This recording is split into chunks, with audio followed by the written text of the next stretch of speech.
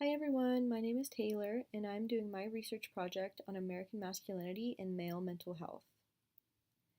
In the last 15 years, suicide has increased by 24% and is now the 10th leading cause of death in the US. It claims the life of 44,000 Americans every year and is blanketed across all races, class, genders, and ages. However, there is a disconnect and an overall lack of attention to the growing number of men committing suicide compared to women. Men are committing suicide at a rate 4 times that of women, and this number is only increasing according to the CDC. As you can see from the figure I have sourced from the Center for Disease Control, male suicide is close to 4 times that of women in all age groups. When you look more closely at the age demographic of males and females, we see an increase in suicide among males starting at age 50 and then increasing dramatically into their 70s, whereas the occurrence of women committing suicide is more prevalent of those in their 40s and becomes nearly non-existent for them later in life. If male suicide is such an epidemic within our society, then why is nobody talking about it? Why are men killing themselves at a rate 4 times that of women, and why is this number steadily increasing across all age groups? Aren't men supposed to be the strongest individuals of our society? Aren't they supposed to be our protectors and our warriors who are raised to be resolute in the face of emotional upheaval? This is just one of the many overarching themes and ideas that I will be addressing within my paper.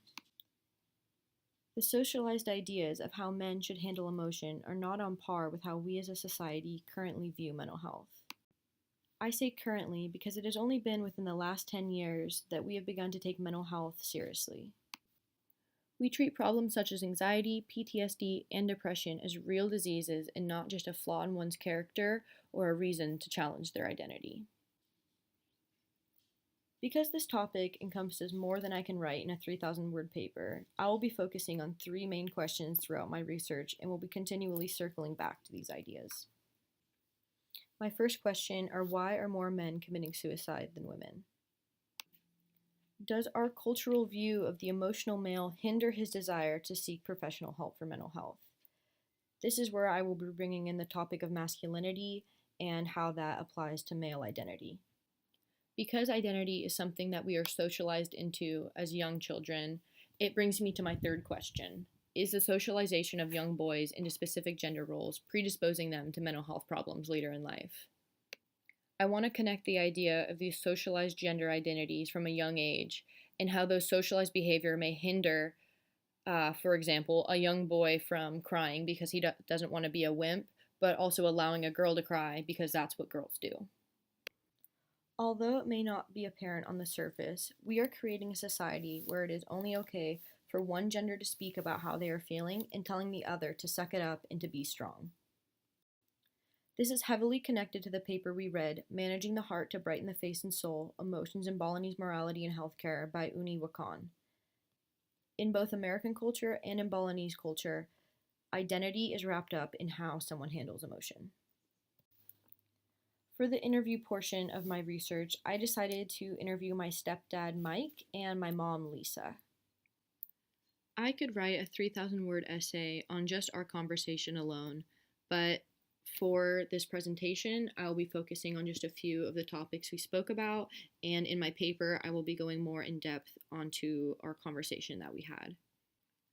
I asked them a series of questions about specific feelings and emotions and how they deal with them. Not to my surprise, they answered all of those questions very differently. Mike is not a very emotional person, whereas my mom cries at just about everything. When I spoke with Mike specifically about depression, he brought up the time that he had lost our house to the 2008 crash. He said it was not something that brought on depression, but he said it definitely disrupted his emotional state. He said he felt he lost a sense of himself within losing that house. And when I asked him why he felt this way, it's because he said it is a man's role to care for his family. And when he lost that house, he felt like he was not able to care for us. And so he lost a sense of himself in that. Although this may be a very small example on the bigger scale of what I'm trying to portray, it just goes to show that it has taken almost 10 years for my stepdad to bring forward to me and my mom that he had any emotional distress over losing the house. Overall, there's a lot of information surrounding this topic. My interviews and the readings I have done have really allowed me to look at this from so many angles and through so many different lenses. It is evident that male identity is wrapped up in how they handle emotions. However, the way they have been socialized to handle emotions is different from the way women are socialized into their gender identities.